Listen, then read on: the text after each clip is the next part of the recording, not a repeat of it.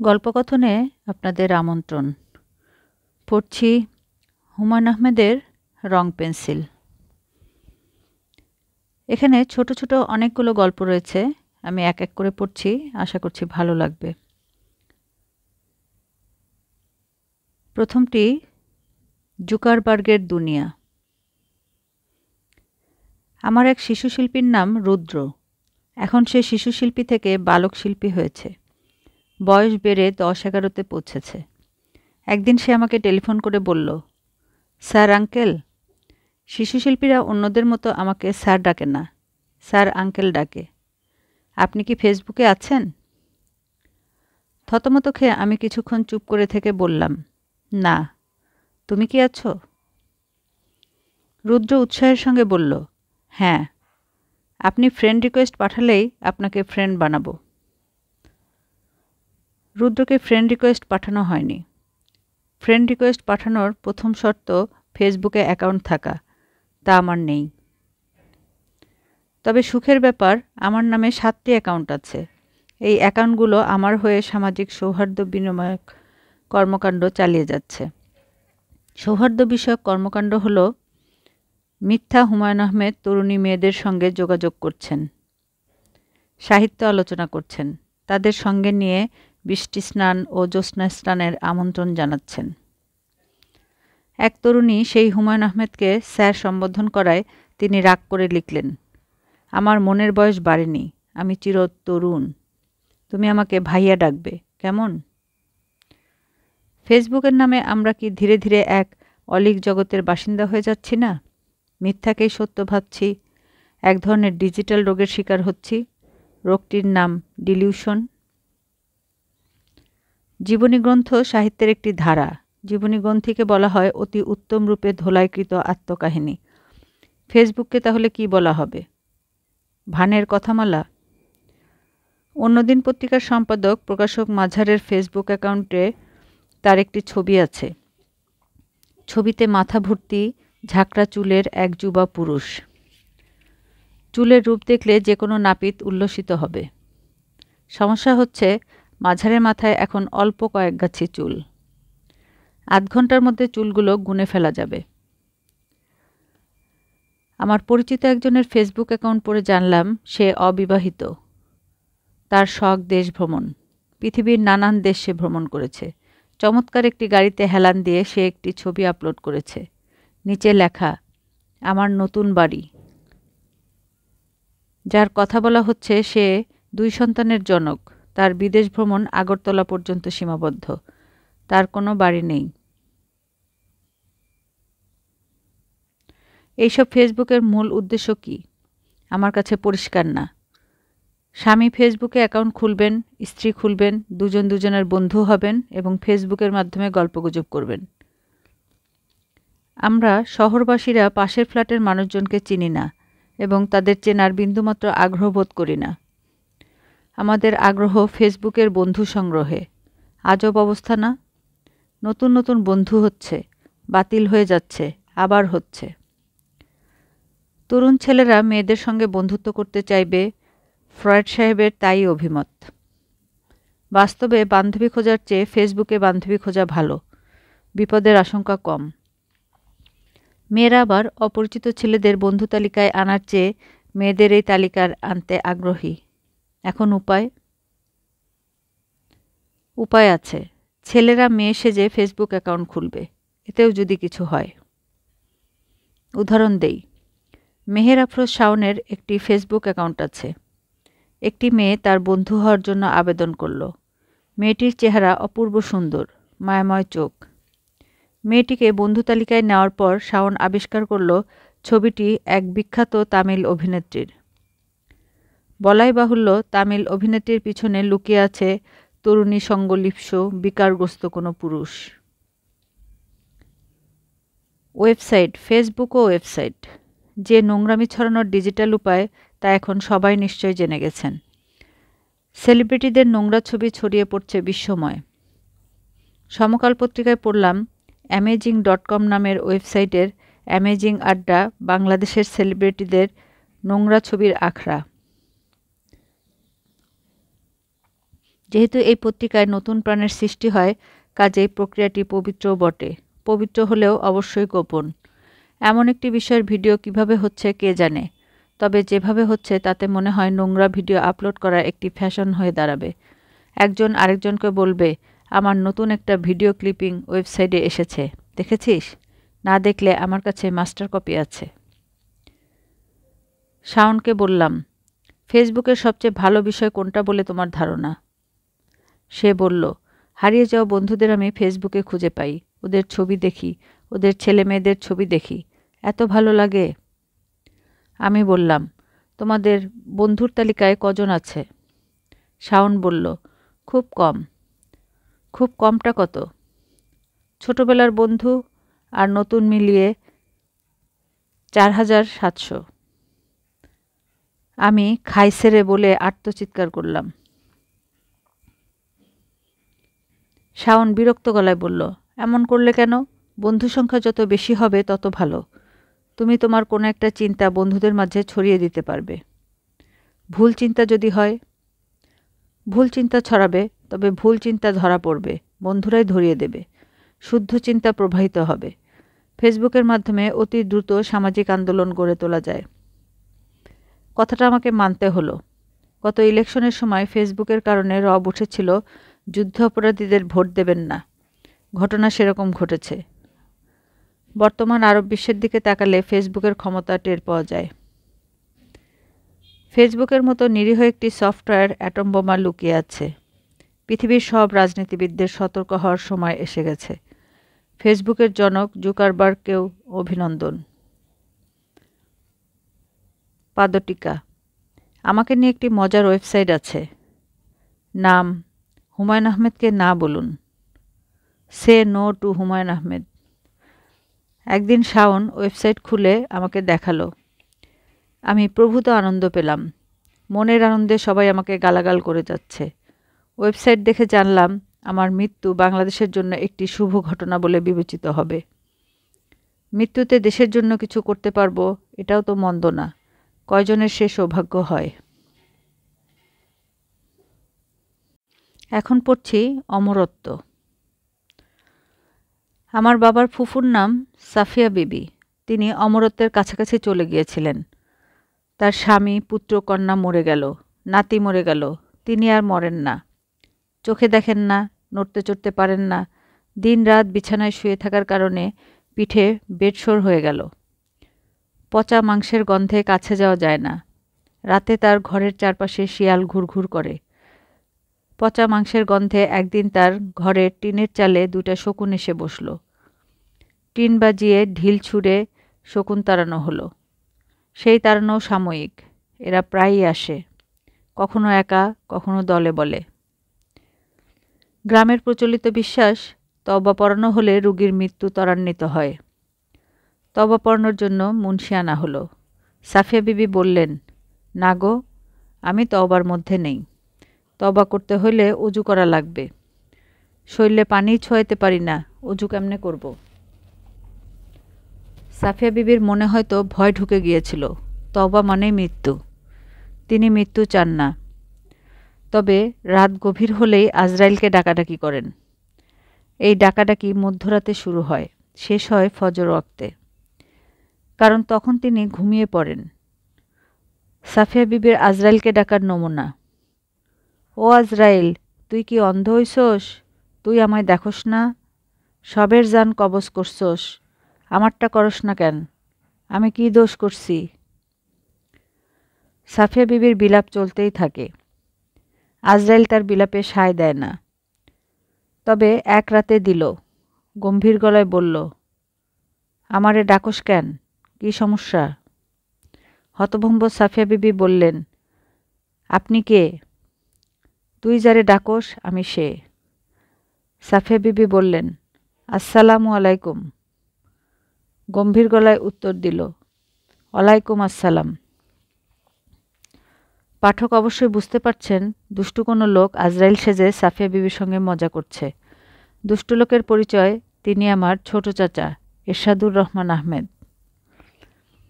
Practical জোকের অসামান্য প্রতিভা নিয়ে আসা পৃথিবীর অতি অকর্মণ্যদের একজন। তিনি নিশিরাতে মুখে চোঙা ফিট করে বুড়ির সঙ্গে কথা বলছেন। সাফিয়া বিবি, বলো কি জন্য এত ডাকাডাকি? এমনি ডাকি, আমি ভালো আছি, সুখে আছি, আপনি চলে যান, কষ্ট করে এসেছেন এই জন্য আসসালাম। মরতে চাও না? কি বলেন? কেন মরব? অনেক কাজকাম বাকি আছে। সাফিয়া বিবি হলেন জীবনানন্দ দাশের বিখ্যাত কবিতার দুটি লাইন। গলিত স্থবির ব্যাঙ আরও 2 মুহূর্তের ভিক্ষা মাঙ্গে, আরেকটি প্রভাতের ইশারায় অনুমেয় উষ্ণ অনুরাগে। বঙ্গদেশের হতদরিদ্র সাফিয়া বিবি 2 মুহূর্তের জন্য ভিক্ষা মাংছেন।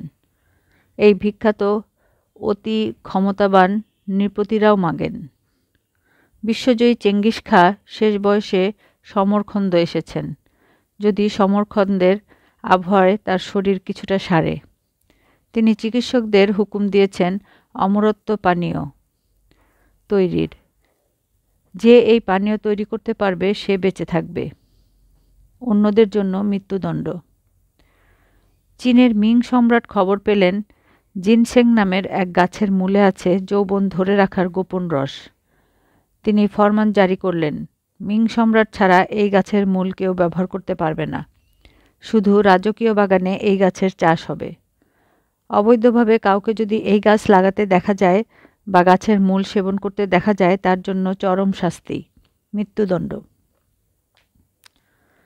পারস্য সম্রাট দারায়ুস খবর পেলেন এক গুহার ভিতরে টিপটিপ করে পানির ফোঁটা পড়ে। সেই পানির ফোঁটায় আছে অমরত্ব। সঙ্গে সঙ্গে গুহার চারদিকে কঠিন পাহারা বসল। স্বর্ণভারে সংগৃহীত হতে থাকল অমৃত। লাভ হলো না। এলিক্সির অফ লাইফ এর সন্ধানে এগিয়ে এলেন বিজ্ঞানীরা।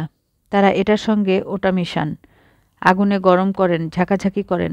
অমরত্ব ঔষধ তৈরি হয় না, সবই পণ্ডশ্রম। তবে এই পণ্ডশ্রম জন্ম দিল আলকেমির রসায়নশাস্ত্রের। অমরত্বের চেষ্টায় মানুষ কখনো থেমে থাকেনি। যে কোনো মূল্যেই হোক মৃত্যু ঠেকিয়ে রাখতে হবে। তা সম্ভব হলো না। মানুষ ভরসা করল মৃত্যুর পরের অমরত্বের জন্য। পৃথিবীর সব ধর্মগ্রন্থও মৃত্যুর পর অমরত্বের কথা বলছে, স্বর্গ নরকের কথা বলছে।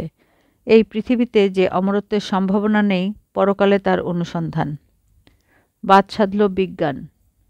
বিজ্ঞান বলে মানুষের ধ্বংস হয়ে যাওয়া শরীরের ইলেকট্রন প্রোটনের অমরত্ব আছে, কিন্তু ইলেকট্রন প্রোটন বা নিউট্রন মানুষের স্মৃতি বহন করবে না।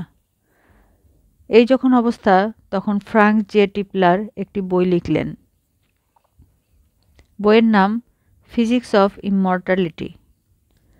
এই বইয়ে লেখক দেখালেন পদার্থবিজ্ঞার সূত্র ব্যবহার করে মৃত্যুর পর মানুষের পুনরুত্থান এবং ঈশ্বরের অস্তিত্ব ব্যাখ্যা করা যায়।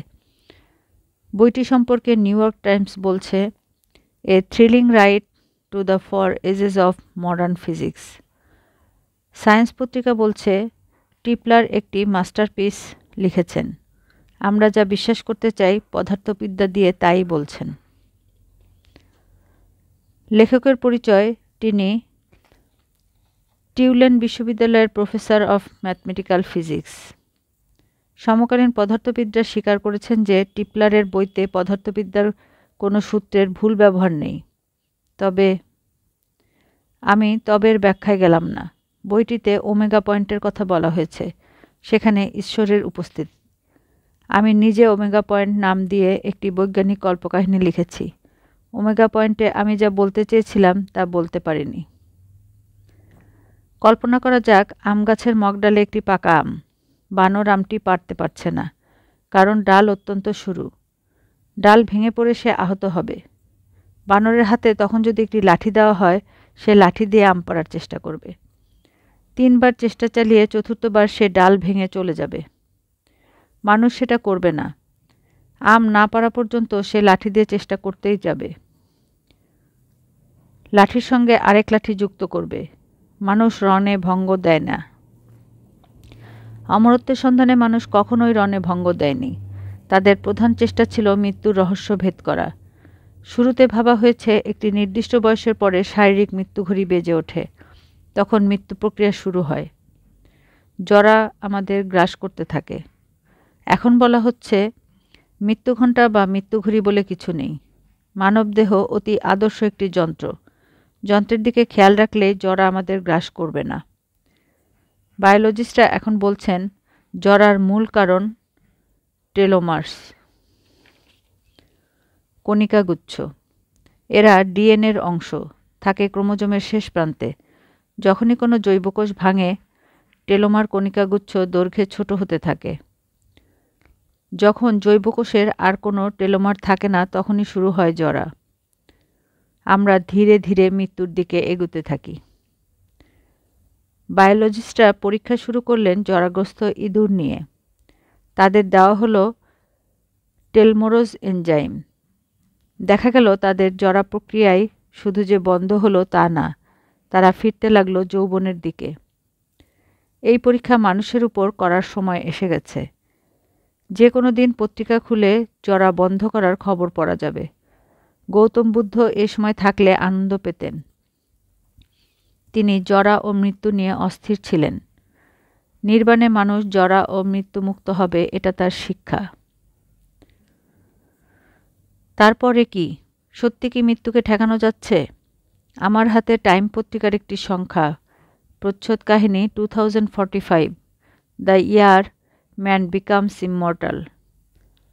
প্রচ্ছদ কাহিনী পড়ে জানলাম 2045 সালে মানুষ অমর হয়ে যাচ্ছে। মানুষের হাতে আসছে নতুন নতুন টেকনোলজি। টেকনোলজির বৃদ্ধি ঘটছে এক্সপোনেনশিয়ালি। 2045 সালের কাছাকাছি মানুষ সিঙ্গুলারিটিতে পৌঁছবে। সিঙ্গুলারিটি শব্দটি এসেছে অ্যাস্ট্রোফিজিক্স থেকে। এর অর্থ এমন এক বিন্দু যেখানে পদার্থবিদ্যার সাধারণ সূত্র কাজ করবে না। এর মানেই অমরত্ব। ইচ্ছামতো ছাড়া মৃত্যু নেই। ছোট্ট দীর্ঘ নিঃশ্বাস ফেললাম। 2045 সাল পর্যন্ত আমি এমনিতেই টিকছি না। অমরত্ব পাওয়া এই জীবনে আর হলো না। পৃথিবীতে ফিনিক ফোটা জ্যোৎস্না আসবে। শ্রাবণ মাসে টিনের চালে বৃষ্টির সেতার বাজবে। সেই অপূর্ব অলৌকিক সঙ্গীত শোনার জন্য আমি থাকব না। কোনো মানে হয়?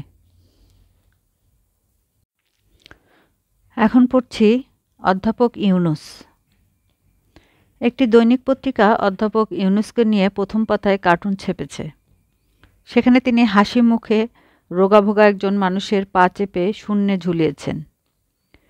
মানুষটার মুখ থেকে ডলার পড়ছে। অধ্যাপক ইউনুস বড় একটা পাত্রে ডলার সংগ্রহ করছেন। কার্টুন দেখে কেউ কেউ হয়তো আনন্দ পেয়েছেন। আমি হয়েছি ব্যথিত ও বিস্মিত। পৃথিবীমান্য একজন মানুষকে এভাবে অপমান করা যায় না। ছোটবেলা থেকেই আমরা শুনি মানিকে মান্য করিবে। বাংলা সাহিত্যে বিখ্যাত দুটি পংক্তিও আছে। যদ্যপি আমার গুরু সুরিবাড়ি যায়, তদ্যপি আমার গুরু নিত্যানন্দ রায়। অধ্যাপক ইউনুসকে আমি ব্যক্তিগতভাবে চিনি না। তার সঙ্গে আমার কখনো দেখাও হয়নি। এর প্রধান কারণ, অতি গুরুত্বপূর্ণ মানুষের কাছ থেকে আমি নিরাপদ দূরত্বে থাকতে পছন্দ করি। অনেক বছর আগে যখন অধ্যাপক ইউনুস নক্ষত্র হয়ে ওঠেননি, আমি তার কর্মকাণ্ডে মুগ্ধ হয়ে একটা বই উৎসর্গ করেছিলাম। সেই বইও আমি নিজের হাতে তাকে দেইনি। যতদূর মনে পড়ে, ইউনুস সাহেবের ছোট ভাই সাংবাদিক মোহাম্মদ জাহাঙ্গীরের হাত দিয়ে পাঠিয়েছি। মোহাম্মদ জাহাঙ্গীরের সমাজের অতি গুরুত্বপূর্ণ কেউ না বলে তার সঙ্গে আমার কিঞ্চিৎ সখ্য আছে। অধ্যাপক ইউনুস যখন নোবেল পুরস্কার পান, তখন আমি নাটকের একটা ছোট্ট দল নিয়ে কাঠমান্ডুর হোটেল এভারেস্টে থাকি। হোটেল লবিতে বসে চা খাচ্ছি। হঠাৎ আমার ইউনিটের একজন চেঁচাতে চেঁচাতে ছুটে এলো। সে বলছে, স্যার, আমরা নোবেল পুরস্কার পেয়েছি। স্যার, আমরা নোবেল পুরস্কার পেয়েছি। সে বলেনি অধ্যাপক ইউনুস নোবেল পুরস্কার পেয়েছেন। সে বলেছে আমরা পেয়েছি। অধ্যাপক ইউনুসের এই অর্জন হয়ে দাঁড়িয়েছে বাংলাদেশের অর্জন। আমার মনে আছে, এই আনন্দ সংবাদ শোনার পর আমি শুটিং বাতিল করে উৎসবের আয়োজন করি। সেই উৎসবের শিখা আমি বুকের ভিতর এখনো জ্বালিয়ে রেখেছি। দেশের বাইরে যখন সবুজ পাসপোর্ট নিয়ে যাই, তখন আগের মতো হীনমন্যতায় ভুগি না। কারণ এই সবুজ পাসপোর্ট অধ্যাপক ইউনুসও ব্যবহার করেন, আমাদের ক্রিকেট খেলোয়াড়রা ব্যবহার করেন। আমার ছোট ছেলে নিশাত সাহস বলতে পারে না। হ উচ্চারণে তার সমস্যা হয়। সে বলে সাগস। আমিও তার মতো করে বলছি। অধ্যাপক ইউনুসকে ছোট করছে কার এত বড় সাগস। মানি লোকদের অসম্মান করে আমরা কি আনন্দ পাই? ব্যাপারটার মনস্তাত্ত্বিক ব্যাখ্যা থাকতে পারে। আমরা যারা সাধারণ তারা বলতে পারি, এই দেখো তুমি আমাদের মতোই সাধারণ। একটি পত্রিকায় পড়লাম গান্ধীজিকে নিয়ে বই লেখা হয়েছে। সেই বইয়ে যুক্তি দিয়ে প্রমাণ করা হয়েছে গান্ধীজি ছিলেন সমকামী। হায় রে কপাল!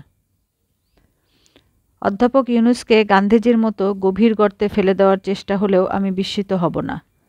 তবে আমি ব্যক্তিগতভাবে সবসময় তার পিছনে থাকব এবং আশা করব তার মাথার উপরের ঘন কালো মেঘ সরে সূর্যকিরণ ঝলমল করে উঠবে।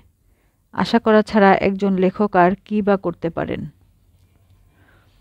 দুঃখ যদি না পাবে তো দুঃখ তোমার ঘুচবে কবে? রবীন্দ্রনাথ ঠাকুর, গীতালি।